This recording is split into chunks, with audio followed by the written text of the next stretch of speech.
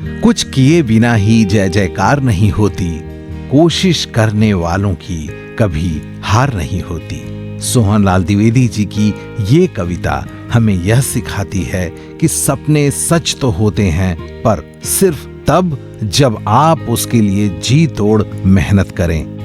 वैभव यादव भी एक बच्चा है जो 12th क्लास में यहाँ पढ़ने आया। वो भी लड़का मई 2022 में यहाँ ज्वाइन किया।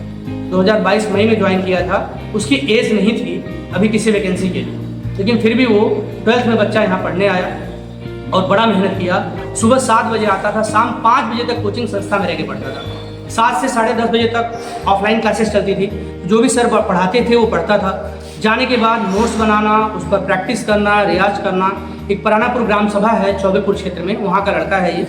और इसके पिताजी ऑटो ड्राइवर हैं, ऑटो चलाते हैं और बहुत ही मेहनत किया है वैभव ने।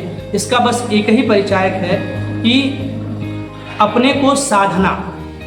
जब विद्यार्थी अपने को साध लेगा तो कहा गया है ना, विद्यार्थी पंच लक्षणम, तो ये 5 लक्षण वैभव में भी थे, अंशिका में भी थे।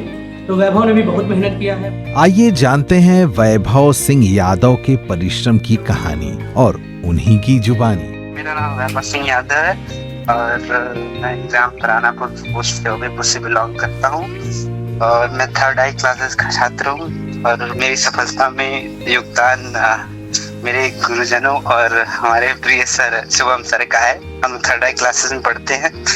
देखिए, हमने शुरू में लगातार कम से कम 2-2.5 साल तक तैयारी की और उसके साथ नोट्स बनाया, और जिसके लिए हम लोगों के सर ने भी बहुत योगदान दिया और बीच बीच में हम लोग थोड़ा डिमोटिवेट हो जाते थे, तो उसके लिए उन्होंने बहुत मोटिवेट किया। नोट्स बनाया, नोट्स बनाने के बाद उसका रिवीजन किया, टेस्ट दिया, तब हम लोग को ये सफलता हासिल हुई है। अगर दिन की बात करें तो दिन में लगभग हम लोग सुबह 8 बजे पढ़ने जाते थे और उसके बाद शाम को 7:30-8 बजे तक आते थे। सरकार द्वारा एकदम शुचितापूर्ण तरीके से परीक्षा संपन्न कराई गई। कोई प्रकार का पैसा कहीं भी किसी भी स्टेज पे नहीं लगा है। सबसे पहले ये बताना चाहते हैं कि देखिए, हम लोग भी शुरू में आए थे तो थोड़ा जैसे कि 1-2 परीक्षा दी, नहीं निकला तो हम लोग सोचते थे कि ये क्या हम लोग पढ़ रहे हैं, छोड़ो, नहीं हो पा रहा है, ये वो थोड़ा डिमोटिवेट हो जाते हैं।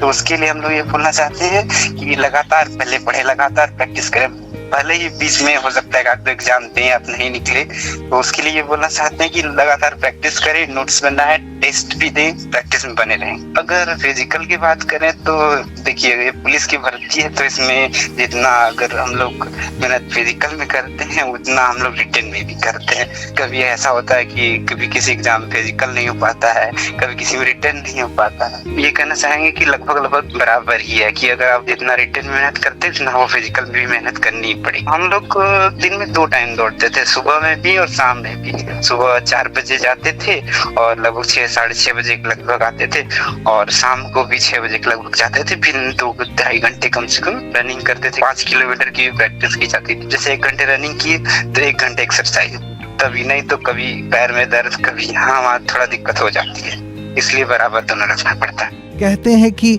एक व्यक्ति की सफलता के पीछे कई लोगों का हाथ होता है और परिवार के साथ के बिना तो हम सब अधूरे हैं। वैभव सिंह की माँ रीता देवी हूँ और मेरा बेटा सन 2022 से 3rd आई क्लासेस में कोचिंग करता था और उसके अथक परिश्रम और उसके जो भी किया, वो जाने आने से उसका चयन पुलिस में हुआ है, सिलेक्शन में हुआ है। मेरी तो वो नहीं स्थिति थी कि मैं 3rd आई क्लासेस में पढ़ाऊँ, लेकिन वहाँ के शुभम सर ने जो मेरे ऊपर किए वो बहुत ही अच्छा किया, अथक परिश्रम किया। और मेरा बेटा भी वैसा ही था, जिन्होंने लगातार 7 बजे क्लास करने जाता था और वहाँ क्लास करने के बाद 11 बजे जब छुट्टी होती थी तो वहाँ भी फिर 11 बजे से करीब 4 बजे तक फिर वहाँ पे अपना अध्ययन करता था। और अध्ययन करता था तो हमको ये भी विश्वास होता था कि जाता है तो वहाँ पढ़ता है कि नहीं पढ़ता है, लेकिन फिर भी मैं विश्वास के साथ उसको छोड़ी कि नहीं, चलिए जाता होगा तो जरूर पढ़ता होगा। लेकिन उनका पढ़ना लिखना जो भी कुछ है, मैं पहले फर्स्ट भी इसे पुलिस वाली में जो अपना फॉर्म भरा और उसमें अच्छे नंबर से उसका चयन हुआ। बच्चों के नौकरी के लिए कोई पैसा खर्च न करना पड़े और इसी तरह से सरकार बनी रहे और बच्चों के भविष्य की उज्जवल कामना के लिए करती है। वैभव, उनके अभिभावक और उनका परिवार इंसान के दृढ़ निश्चय का प्रतीक है और सभी लोग उनकी कामयाबी का श्रेय उत्तर प्रदेश सरकार की निष्पक्ष सिपाही भर्ती प्रक्रिया को देते हैं। आज युवाओं में कुछ कर गुजरने का हौसला फिर से जाग उठा है। अब रोजगार को लेकर उनमें अवसाद नहीं वरन विश्वास है। यह विकास की ओर दौड़ लगा रहे नए भारत की नींव है। यह नया उत्तर प्रदेश है।